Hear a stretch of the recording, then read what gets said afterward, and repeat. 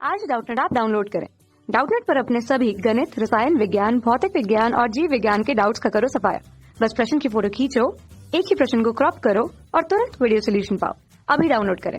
इस प्रश्न में हमें दिया हुआ है कि प्रतिरोधों को समांतर क्रम या पार्श्व क्रम में किस प्रकार जोड़ते हैं, उनकी तुल्य प्रतिरोध ज्ञात करने की सूत्र की स्थापना कीजिए, वो यहाँ पे हमें बताना है। तो इसके लिए अगर बात करें यहाँ पे हमें प्रतिरोधों का समांतर क्रम, तो समांतर क्रम की अगर बात करते हैं तो जो समांतर क्रम होता है हमारा, उसमें जो प्रतिरोध के सिरों पे वोल्टता का मान क्या रहता है, समान रहता है।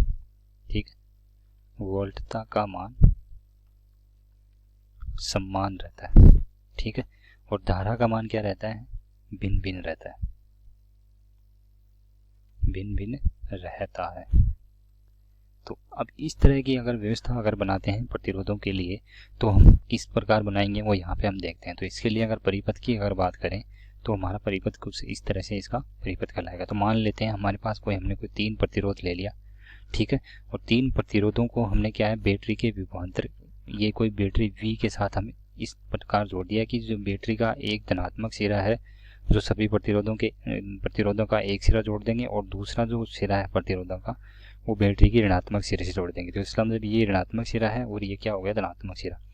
तो यहाँ पे अगर देखें तो यहाँ पे जो सभी प्रतिरोधों के ऊपर हमारा क्या है, यहाँ पे विभवांतर यानी वोल्टता का मान क्या आ रहा है, समान आ रहा है। तो मान लेता हूँ ये प्रतिरोध, इसका मान क्या है, R1 है, इसका प्रतिरोध का क्या है, R2 है, और इस प्रतिरोध का मान क्या है, यहाँ पे R3 है। ठीक है, अब जैसे यहाँ पे अगर हमने विभवांतर की बैटरी लगाते हैं तो यहाँ पे, और इस कुंजी को यहाँ पे ऑन कर देते हैं, तो यहाँ पे क्या हो जाएगी, इसमें धारा प्रवाहित होगी।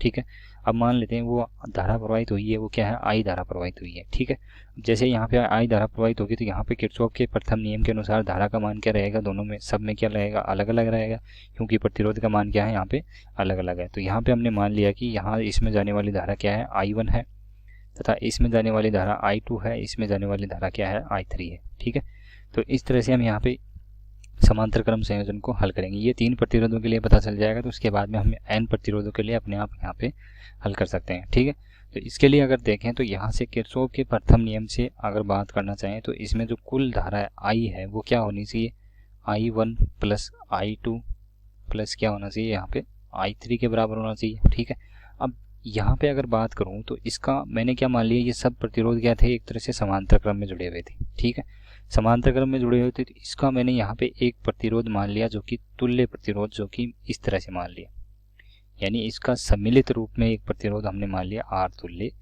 ठीक है, और इसको विभवांतर देना था, वो कितना दे दिया हमने, जितना यहाँ पे विभवांतर दिया गया है इतना यहाँ पे लगा दिया। ठीक है, और अब इसमें यहाँ पे इसके तुल्य प्रतिरोध हमने लगाया, तो यहाँ पे इसमें धारा भी कितनी प्रवाहित होनी चाहिए, देखो यहाँ पे I धारा प्रवाहित होनी चाहिए। ठीक है, तो यहाँ से इस I धारा का मान अगर निकालना चाहेंगे तो वो क्या हो जाएगा, यहाँ पे I बराबर क्या कहलाएगा, V बटा R तुल्य कहलाएगा।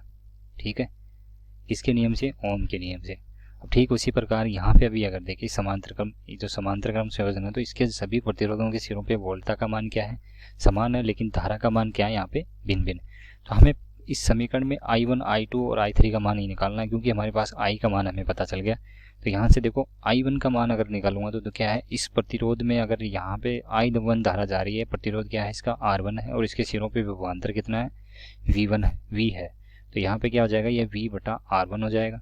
ठीक उसी प्रकार अगर देखें तो I2 बराबर अगर देखेंगे तो वो हो जाएगा V बटा R2। ठीक है, और I3 बराबर अगर देखें तो वो हो जाएगा V बटा R3। ठीक है, अब ये सब मान हमारे पास क्या आ गए, इनके I1, I2 और तथा I का मान आ गया। अब ये मान हम क्या रखेंगे, इस समीकरण में रख देंगे। तो इस समीकरण में मैं I की जगह क्या रखूंगा, यहाँ पे V बटा R तुल्य। ठीक है, बराबर क्या होगा यहाँ से, V बटा R1 प्लस V बटा R2 प्लस V बटा R3। ठीक है, अब यहाँ से अगर देखें तो इसमें से हम क्या ले सकते हैं, V कॉमन ले सकते हैं। V कॉमन लेंगे तो बाहर V बाहर आ जाएगा, जो कि V से V क्या हो जाएगा, हमारा कैंसिल हो जाएगा। ठीक है, तो यहाँ पे जो मान हमारा बचेगा क्या बचेगा, 1 बटा R तुल्य बराबर बचेगा यहाँ पे 1 बटा R1 प्लस 1 बटा R2 प्लस 1 बटा R3। ठीक है, अब ये 3 प्रतिरोध हैं, तो तीनों प्रतिरोधों का क्या हो रहा है, यहाँ पे व्युत्क्रमों का बीजगणितीय योग हो रहा है, यानी प्रतिरोधों के व्युत्क्रमों के बीजगणितीय योग के बराबर होता है यहाँ पे। तो यहाँ पे ऐसे ही अगर हमारे पास अगर इसमें क्या होते हैं, n प्रतिरोध होते हैं। ठीक है, n प्रतिरोध अगर हम समांतर क्रम में जोड़ देते तो उनके लिए भी 1/r तुल्य का मान क्या होता है, यहाँ से 1/r1 plus 1/r2 plus 1/r3 plus 1/r4, ठीक है। और इस तरह से क्या है यहाँ पे माना जाता है, ये 1/rn के बराबर हो जाता है, ठीक है। तो यही हमें बोला था कि समांतर क्रम संयोजन में के लिए सूत्र की जो स्थापना होती है वो किस प्रकार करते हैं, तो इस प्रकार हम यहाँ पे सूत्र की स्थापना कर लेते हैं, ठीक है। तो ये आपको समझ में आ गया होगा। अब यहाँ पे पहले बिंदु में पूछा था कि समांतर क्रम में क्या था, समांतर क्रम में पार्श्व क्रम में किस प्रकार जोड़ते हैं, कि इस प्रकार जोड़ेंगे कि जहाँ पे क्या रहेगा, विभवांतर का मान सभी प्रतिरोधों के सिरों पे क्या रहेगा, समान रहेगा, ठीक है। कक्षा 6वीं से 12वीं से लेकर नीट, IIT, JEE वो एडवांस के लेवल तक 1 करोड़ से ज्यादा छात्रों का भरोसा। आज ही डाउनलोड करें डाउटनेट ऐप या व्हाट्सएप करें अपने सारे डाउट्स 8400 400 400 पर।